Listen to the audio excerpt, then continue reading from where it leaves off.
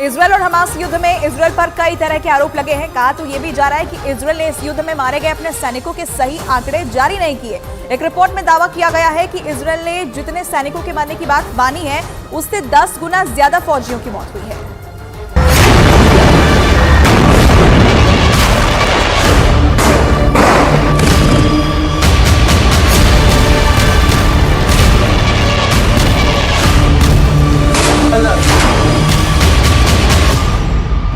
हथियारों के मामले में इजरायल को दुनिया का एक बहुत ताकतवर मुल्क माना जाता है। इजरायल का एरो एयर डिफेंस इतना ताकतवर है कि इजरायल दावा करता है कि अगर 2000 किलोमीटर दूर से भी कोई मिसाइल इजरायल की तरफ लॉन्च होती है तो मिसाइल लॉन्च होते ही इजरायल का एयर डिफेंस सिस्टम एक्टिव हो जाता है। जब तक इजरायल अपनी एयरफोर्स के माध्यम से गाजा पट्टी पर बमबार्डिंग करता रहा, तब तक इजरायल के सैनिकों के मारे जाने की संख्या का आंकड़ा लगभग स्थिर रहा। लेकिन जैसे ही इजरायल ने अपना ग्राउंड ऑपरेशन शुरू किया, इजरायल के सैनिकों की मौतों की संख्या लगातार बढ़ती गई। लेकिन अब जो समाचार फिलिस्तीन के अखबार छाप रहे हैं, उससे ऐसा लग रहा है कि इजरायल की सेना और इजरायल की सरकार इजरायल के सैनिकों की मौत के आंकड़ों को छुपा रही है।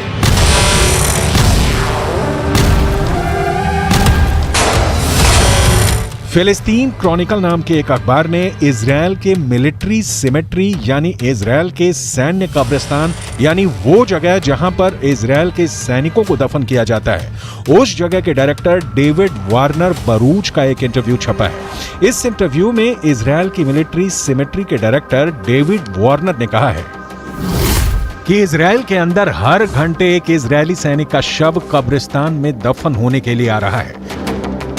इस इंटरव्यू को फिलिस्तीन के अरब देशों के अखबारों ने हाथों हाथ लिया और यह दावा किया कि इजरायल के सैनिकों की मौत का आंकड़ा आधिकारिक आंकड़े से कहीं ज्यादा है। जेरूसलम के पश्चिमी इलाके में माउंट हर्जल कब्रिस्तान है और यहां पर इजरायल की सेना में काम करने वाले सैनिकों को दफनाया जाता है। मिडल ईस्ट मॉनिटर नाम की एक और न्यूज वेबसाइट में इस कब्रिस्तान के डायरेक्टर डेविड ओरेन का बयान छपा है। पिछले 48 घंटे में 50 इजरायली सैनिकों को दफनाया गया है। ये चौंका देने वाली बात है क्योंकि इजरायल ने दावा किया है कि 7 अक्टूबर से अब तक इजरायल के करीब 400 सैनिक मारे गए हैं। इनमें से करीब 80 सैनिक गाजा के ग्राउंड ऑपरेशन में मारे गए हैं। करीब 10 सैनिक लेबनान के बॉर्डर पर हिजबुल्लाह से लड़ते हुए मारे गए हैं और 300 से ज्यादा सैनिक 7 अक्टूबर और उसके बाद एक हफ्ते तक इजरायल के अंदर हमास के आतंकवादियों से सीधे लड़ते हुए मारे गए हैं। लेकिन फिलिस्तीन के अखबारों का दावा है कि ग्राउंड ऑपरेशन में इजरायल के सैनिकों के मारे जाने की संख्या आधिकारिक आंकड़ों से कहीं ज्यादा है।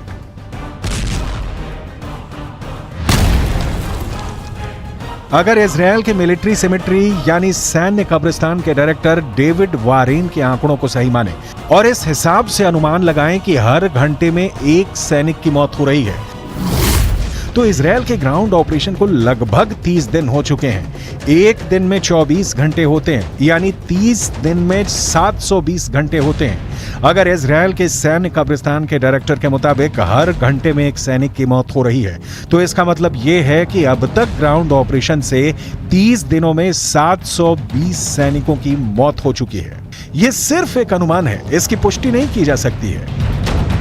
इतना ही नहीं, हिजबुल्लाह ये दावा करता है कि लेबनान के बॉर्डर पर जो जंग चल रही है उसमें हिजबुल्लाह के 80 लड़ाके मारे गए हैं, जबकि इजरायल के करीब 10 सैनिक मारे गए हैं। जबकि हिजबुल्लाह को सपोर्ट करने वाले देश ईरान के सर्वोच्च नेता खामनेई भी ये बयान जारी कर चुके हैं। इजरायल के ज्यादा सैनिक मारे गए हैं, लेकिन इजरायल आंकड़ों को छुपा रहा है। अब ऐसे में सवाल ये उठता है कि क्या वाकई में इजरायल की सेना अपने मारे गए सैनिकों के आंकड़ों को छुपा रही है?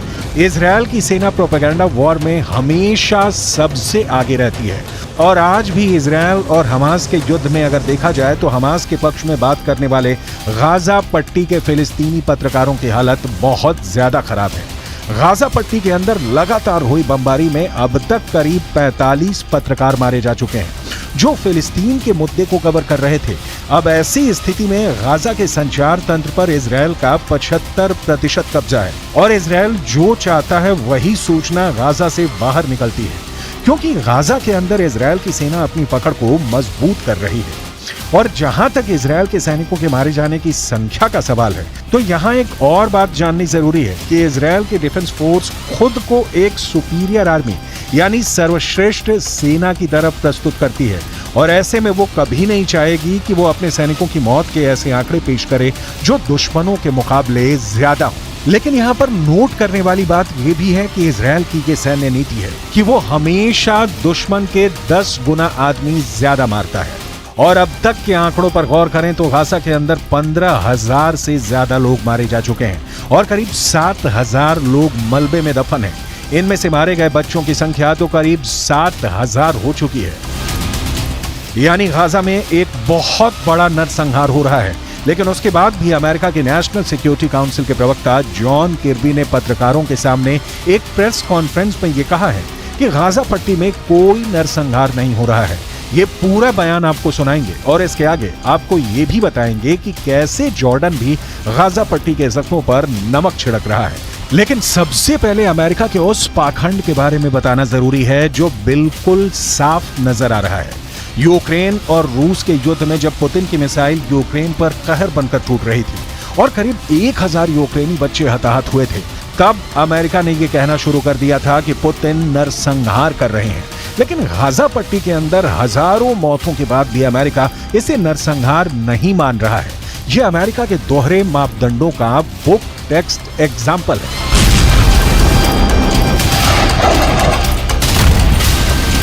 Hamas wants, make no mistake about it, is genocide.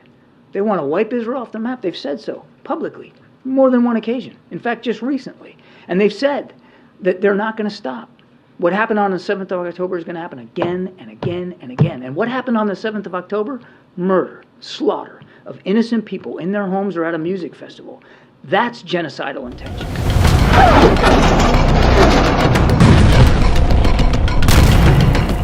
Malaysia के प्रधानमंत्री अनवर इब्राहिम ने कहा है कि यूक्रेन की घटनाओं को नरसंहार मानना और गाजा पट्टी की मौतों को नजरअंदाज करना वैश्विक पाखंड है। दूसरी तरफ अगर देखा जाए तो अब तक गाजा पट्टी के अंदर 30,000 से ज्यादा लोग घायल हैं और गाजा पट्टी के अस्पतालों की हालत क्या है ये पूरी दुनिया को नजर आ रही है। जॉर्डन ने गाजा पट्टी के घायल लोगों के लिए इजिप्ट के अंदर एक फील्ड हॉस्पिटल बनाया है। किंग अब्दुल्ला के बेटे खुद इस अस्पताल की निगरानी करने के लिए गए। लेकिन आपको जानकर हैरानी होगी कि इस फील्ड हॉस्पिटल में मात्र 40 बेड हैं, जबकि गाजा के अंदर 30,000 से ज्यादा लोग घायल हैं। और इन हालातों में एक फील्ड हॉस्पिटल में मात्र 40 बेड का इंतजाम लोगों के साथ एक क्रूर मजाक है।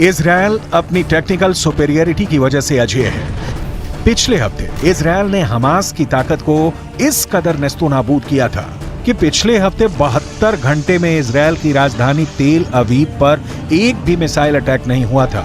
और जब सोमवार को तेल अवीव पर एक मिसाइल अटैक हुआ तो जहां से मिसाइल अटैक हुआ उस रॉकेट लॉन्चर को भी गाजा के अंदर जाकर इजरायल ने तबाह कर दिया। ये इजरायल की ताकत है। हमास के प्रवक्ता अबू उबैदा की माने तो हमास के लड़ाकों ने इजरायल के 350 से ज्यादा बख्तरबंद गाड़ियां और टैंकों को उड़ा दिए हैं। हमास का दावा तो ये है कि इजरायल के 150 मरकाबा टैंक उड़ा दिए गए हैं। हमास तस्वीरें भी जारी कर चुका है, लेकिन फिर भी हमास की पकड़ गाजा से इसलिए ढीली पड़ चुकी है क्योंकि हमास के बड़े बड़े हेडक्वार्टर्स पर इजरायल ने टैंक चढ़ा दिए हैं। इजरायल ही नहीं, अल शिफा अस्पताल में काम कर चुके डॉक्टर भी ये मानते हैं कि अल शिफा में हमास का हेडक्वार्टर हो सकता है। टाइम्स ऑफ इजराइल अखबार ने यह दावा किया है कि फ्रांस 24 नाम के एक न्यूज चैनल पर एक ब्रिटेन के डॉक्टर ने इंटरव्यू दिया है। इस डॉक्टर ने 3 साल तक अल शिफा अस्पताल के अंदर काम किया था। गाजा के अल शिफा अस्पताल में काम करने वाले इस ब्रिटिश डॉक्टर का दावा है कि अल शिफा अस्पताल में कई ऐसी जगहें थीं जहां पर उसे जाने के लिए मना किया गया था। ये कहा गया था अगर वो वहां प्रतिबंधित क्षेत्र में जाएगा तो उसे गोली लग सकती है। टाइम्स ऑफ इजराइल ने दावा किया है कि अल शिफा अस्पताल के अंदर हमास का हेडक्वार्टर होने का दावा करने वाले ब्रिटिश डॉक्टर ने अपना नाम नहीं बताया है, क्योंकि उसे डर है कि ऐसा करने पर गाजा के अंदर मौजूद उसके सहयोगियों को हमास मार सकता है।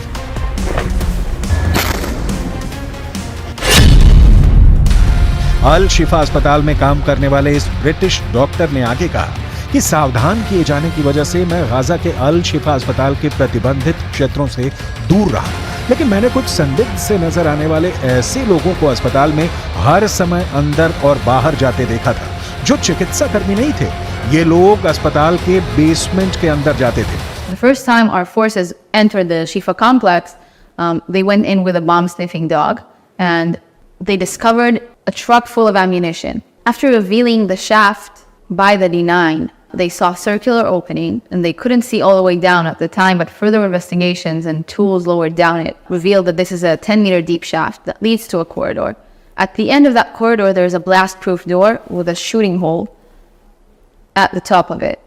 And our forces, after making sure that all defense mechanisms are dismantled, have opened that door that leads to another door that goes deeper into the complex. The understanding that this tunnel goes under the hospital. Israel defence force ने इस British doctor के interview को आधार बनाते हुए एक बार फिर कहा है कि इस इंटरव्यू से साबित होता है कि अल शिफा अस्पताल का इस्तेमाल हमास के आतंकवादियों के द्वारा हेडक्वार्टर की तरह किया जा रहा था।